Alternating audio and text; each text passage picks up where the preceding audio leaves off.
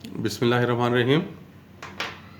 Unit 3 integration. इसमें हम last lecture में कर रहे थे एक्सरसाइज 3.2।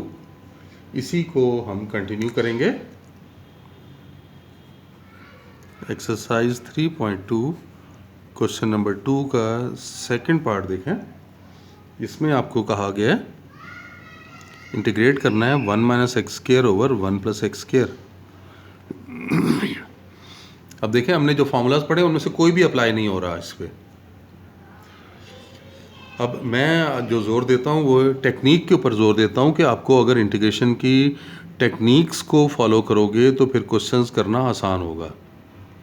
अब क्वेश्चन को देख के आपको ये पता होना चाहिए, देखें ये रेशनल फंक्शन है, ऊपर भी पॉलिनोमियल आ रही है, नीचे भी पॉलिनोमियल आ रही है। जब भी इंटीग्रेशन में इस तरह से कोई रेशनल फंक्शन दिया हुआ हो तो आप उसे देखें कि ये प्रॉपर है या नहीं। अगर रेशनल फ्रैक्शन ये फंक्शन प्रॉपर नहीं है तो आप उसे प्रॉपर में कन्वर्ट कर लें, और प्रॉपर में कन्वर्ट करना तो आपको आता है।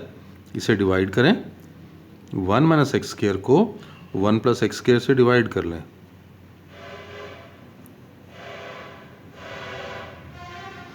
यानी आपने अब इसे लिखेंगे कैसे, लिखने का देख लें। ये जो कंप्लीटली डिवाइड हो गया ना वो तो अलहदा कर दिया आपने, ये -1 अलहदा हो गया। इस रिमाइंडर को आपने ऊपर लिखना है और जो डिवाइज़र था वो नीचे आ जाएगा। समझ आ गया तरीका? इस तरह से आपने इसको डिवाइड करके स्प्लिट कर लिया। अब इंटीग्रेशन अब हमारी आसान हो गई। दो हिस्से कर लें इसके। इसका पहला हिस्सा -1 dx और दूसरा हिस्सा 2 कांस्टेंट है, बाहर लिख लें 1 over 1 plus x square dx। और ये दोनों फार्मूलाज हैं। 1 की इंटीग्रेशन तो आपको पता है x की इक्वल होती है, तो ये x हो गया। और ये टेंजेंट इनवर्स का फार्मूला, टेंजेंट इनवर्स x और प्लस सम कांस्टेंट c। आप याद रखें कि इंटीग्रेशन का जो जनरल फार्मूला है वो ये है dx upon a square plus x square. अगर ये आता है तो आप इसे क्या इंटीग्रेट करते हैं, 1 upon a tangent inverse x upon a plus some constant c। ये फार्मूला, इसमें आप देख सकते हैं a की जगह 1 है तो यहाँ भी 1 आ जाएगा, नीचे भी 1 हो जाएगा। तो क्या बन गया, टेंजेंट इनवर्स x। तो ये टेंजेंट इनवर्स x हमने लिखा है यहाँ पे। नेक्स्ट में आप देखें, इसका फोर्थ पार्ट करते हैं। ये क्वेश्चन हम ऑलरेडी कर चुके हैं। a minus 2x to the power 3/2। याद करें ज़रा कैसे। मैंने आपको क्या बताया था कि अगर आप का दिल चाह रहा है कि पावर रूल अप्लाई करें तो उसके लिए उसकी कंडीशन को याद रखना है। वो कंडीशन अगर अप्लाई हो रही है तो फिर आप पावर रूल अप्लाई कर सकते हैं। और पावर रूल के लिए कंडीशन मैंने क्या बताई थी, पावर रूल के लिए जो बेस होता है उसका d आगे आना चाहिए, डिफरेंशियल आना चाहिए। ये पावर के अलावा बेस क्या है, a माइनस 2x। ज़रा चेक कर लेते हैं a माइनस 2x का d कितना बनता है। a तो कांस्टेंट है, उसका d तो 0 हो जाएगा। -2 कांस्टेंट है और x का ये dx, यानी क्या आना चाहिए, -2 dx। यानी इसका पावर रूल अप्लाई करने के लिए यहाँ पर -2 dx होना चाहिए। तो आप -2 बड़ा आसानी से बना सकते हैं। ये देखें, -1/2 बाहर लिख लिया और a minus 2x to the power 3/2 into -2 dx। अब पावर रूल की कंडीशन फुलफिल हो गई। पावर रूल अप्लाई कर लें। और पावर रूल में क्या था, आपने एक पावर ऐड करनी है और वही रिज़ल्ट आपने डिवाइड भी करना है, प्लस सम कांस्टेंट c। और ये कितना 5/2 है, 5/2 ऊपर जाके 2/5 हो गया। और ये a minus 2x to the power 5/2 plus some constant c। तो ये इसकी इंटीग्रेशन हो गई। और देखें fifth part, 1 plus e x to the power cube और डिवाइडेड बाय ई एक्स। अब यहाँ पर भी आप देख सकते हैं कि पावर रूल इसलिए नहीं अप्लाई हो सकता कि जो बेस है उसका d कितना बनेगा, इसका d बनेगा ई एक्स डी एक्स, जबकि ये जो ई एक्स है ये तो नीचे आ रहा है। अगर ये साथ में मल्टीप्लाई हो रहा होता तो फिर तो पावर रूल लग जाता, तो यहाँ पावर रूल तो अप्लाई नहीं कर सकते। आप इसका क्यूब एक्सपेंड कर लें, क्यूब का फॉर्मूला तो आपको पता है, ये हो जाएगा 1 + 3 e to the power x plus 3 e to the power 2x और फिर e to the power 3x whole divided by e to the power x dx। ये e रेज़ पावर x सब से डिवाइड कर लें, इसको ऐसे लिख सकते हैं 1/e to the power x, 3e to the power x over e to the power x, 3e to the power 2x over e to the power x, e to the power 3x divided by e to the power x। और ये अगर ऊपर ले जाएं तो e to the power -x हो गया। ये मैं इसे सेपरेट भी कर रहा हूँ साथ साथ, ये कैंसिल हो गया तो 3 रह गया, यानी 1dx बना। ये 3 एक पावर कैंसिल कर लें तो e to the power x dx आ गया, और इधर पर एक पावर कैंसिल करेंगे तो e to the power 2x dx आ गया। अब e का फॉर्मूले के लिए जो ऊपर जो पावर होती है उसका d आगे आना चाहिए, तो -x का d क्या बनेगा, -dx। ये तो x का dx मौजूद है, यहाँ पे भी नहीं है, 2x का d 2dx होता है, तो ये 2dx यहाँ आना चाहिए। तो बना लें, इसका माइनस लगा के ये देखें, ये -dx बन गया, +3 ये एज इट इज़ आ गया, इसको भी फ़िलहाल हमने एज इट इज़ लिख लिया। इसका d बनाने के लिए 2 से मल्टीप्लाई और डिवाइड कर लें, e to the power 2x into 2dx। अब -e का वही इंटीग्रेशन क्या था, वही आंसर आ जाता है। 3 1 की इंटीग्रेशन x होती है, e का आंसर वही आ जाता है। इसका आंसर भी 1/2 कांस्टेंट, इसका क्योंकि d मौजूद है तो इसका आंसर भी वही आ जाएगा, प्लस सम कांस्टेंट c। तो ये हमने इसको भी इंटीग्रेट कर लिया। अब हम आ जाते हैं नेक्स्ट पार्ट की तरफ, सिक्स्थ पार्ट। सिक्स्थ पार्ट में आपको साइन दिया हुआ है, integral of sine of a + bx, और इसके लिए भी क्या कंडीशन कि साइन का फार्मूला कब लगेगा, जब एंगल का d मौजूद होगा। ज़रा देखें, ये एंगल, ये सारा एंगल है a + b into x, a + b constant है, ये तो वैसे ही रहेगा, और d किसके साथ लगेगा, x के साथ, यानी एंगल का जो d है वो कितना बनता है, a + b dx। तो आपके पास तो सिर्फ dx है, तो a + b आप खुद से बनाएं, ये हमने a + b खुद से बना लिया। अब आप देख सकते हैं कि a + b से यहाँ पे ये हमने a + b dx, a + b multiply भी कर दिया और डिवाइड भी कर दिया। अब ये फार्मूला अप्लाई हो जाएगा साइन का, और साइन की इंटीग्रेशन क्या होती है, माइनस कॉज। तो a + b, ये cos of a + b x plus some constant c। तो फिर ये हमने फार्मूला अप्लाई कर लिया। नेक्स्ट पार्ट देखें, seventh part, square root of 1 - cos of 2x। ये यहाँ पे भी देखें, बहुत इंपॉर्टेंट बात है, हाफ एंगल फार्मूला ये बहुत ज़्यादा अप्लाई होंगे। 1 - कॉज, 1 + कॉज, ये चीज़ें बहुत ज़्यादा अप्लाई होंगी।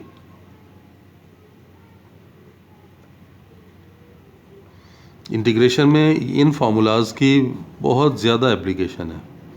आप देखेंगे ढेर सारे क्वेश्चन में ये फार्मूलाज अप्लाई होंगे, या तो आपको पावर दी होगी साइन या कॉज की और उसे आपने इस फॉर्म में कन्वर्ट करना होगा, या ये फॉर्म दी होगी उसे आपने इस फॉर्म में कन्वर्ट करेंगे तो इंटीग्रेशन आसान हो जाएगी आपके लिए।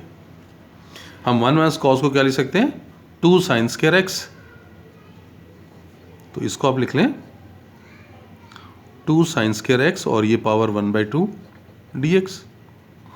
ये √2, ये √2 बाहर आ गया, स्क्वायर रूट से कैंसिल होके sin x आ गया, और ये तो डायरेक्ट फार्मूला एंगल का d dx है मौजूद है, तो माइनस कॉज, यानी -√2 कॉज ऑफ x तो ये इसका आंसर आ गया। नेक्स्ट पार्ट देखें, 8th part, integration of this value. Very easy. क्यों इजी? ये पावर रूल, वजह क्या है आप देख सकते हैं। इसको मैं अगर ऐसे लिख लेता हूं, ये देखें, ये फंक्शन है और ये पावर है। आपको पावर रूल के लिए क्या कंडीशन बताई थी कि पावर को छोड़ दें, बेस का डी आना चाहिए। तो log x का डी कितना होता है? 1/x dx। तो मौजूद है ना, तो पावर रूल लग जाएगा।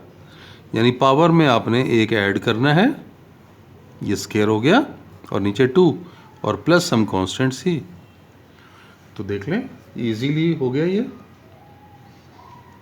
9th पार्ट,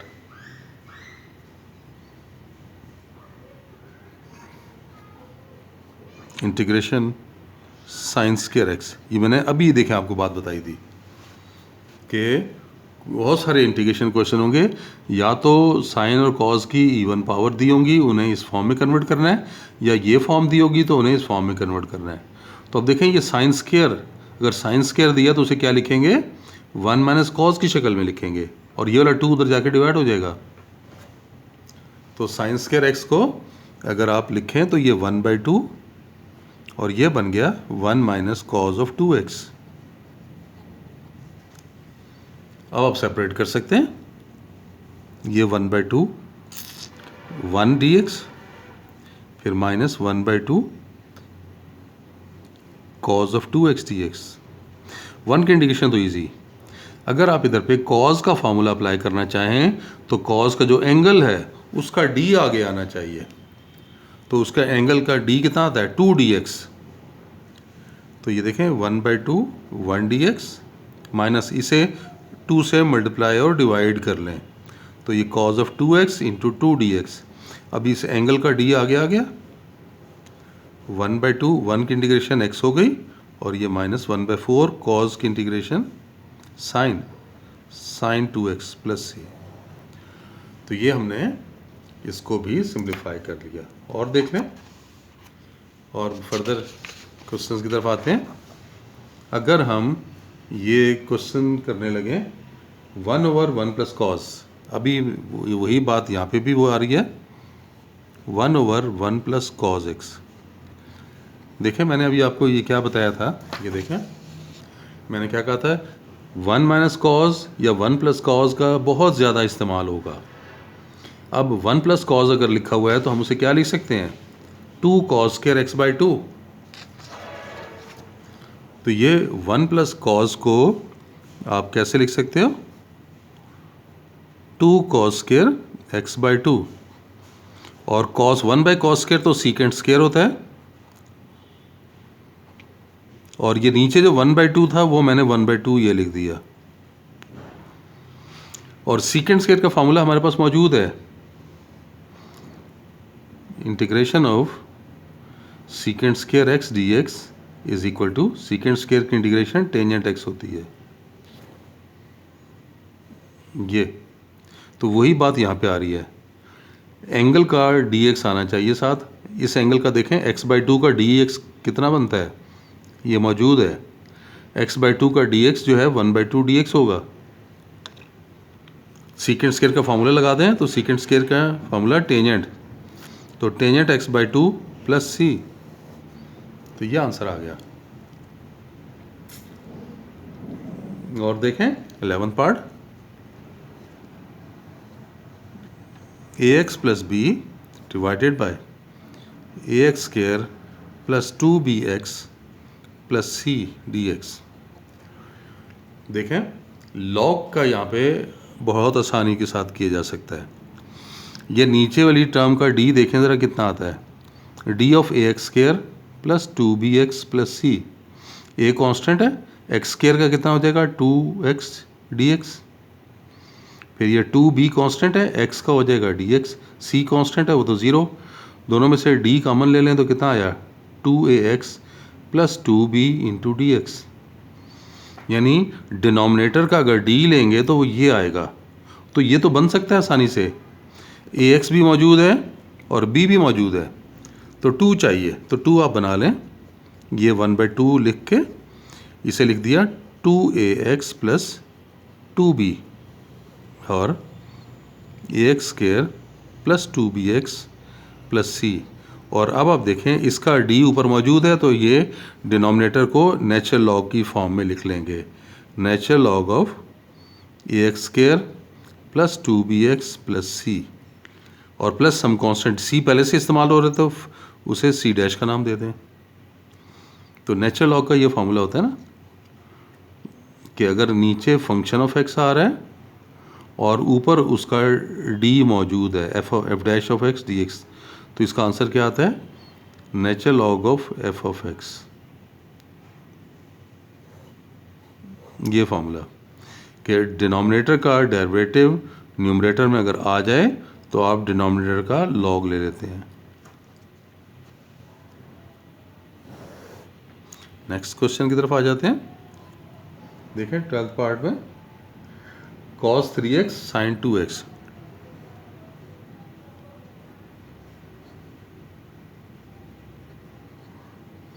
इसमें आपको कुछ इस तरह से करना पड़ेगा कि फॉर्मूला आपको मालूम है, ये we know that sine alpha plus beta minus sine alpha minus beta is equal to 2 cos of alpha sine of beta. ये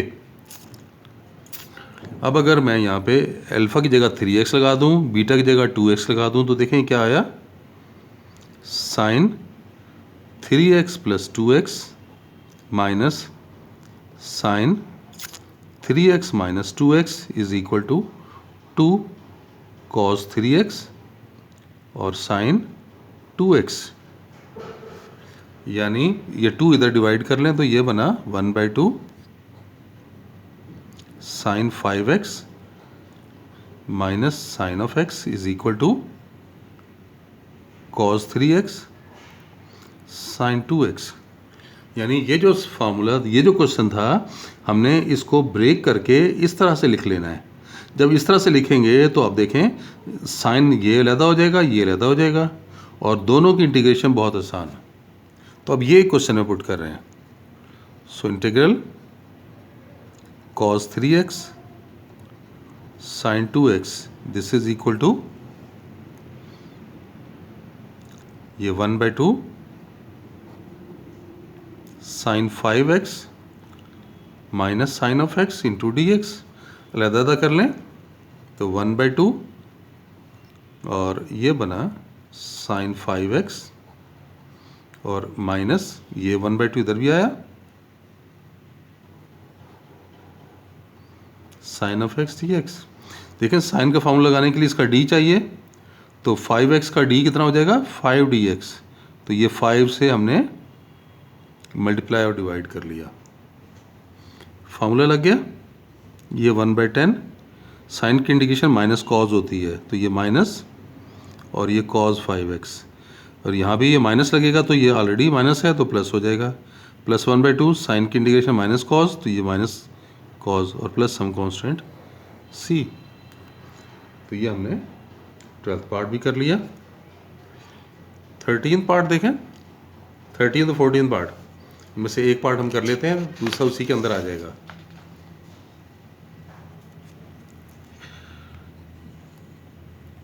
थर्टीन पार्ट है cos 2x minus 1 over 1 plus cos 2x। और वही बात देखें, वही 1 प्लस कॉस की form दोबारा आ रही है। यानी इसमें से अगर हम माइनस बाहर निकालें तो ये हो जाएगा 1 माइनस cos 2x और 1 प्लस cos 2x और दोनों पे फार्मूलाज अप्लाई हो रहे हैं।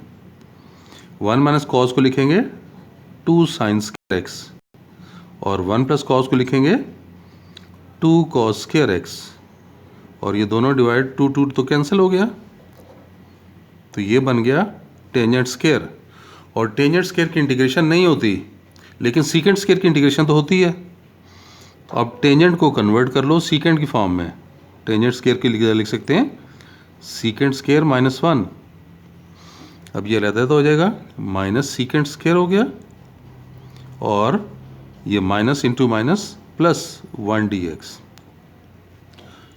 तो ये सीकेंड स्क्वायर सीटिंग इंटीग्रेशन ऊपर वाले क्वेश्चन में मैं बता चुका था, सीकेंड स्क्वायर की इंटीग्रेशन टेंजेंट होती है और 1 की इंटीग्रेशन x हो गई प्लस सम कांस्टेंट c।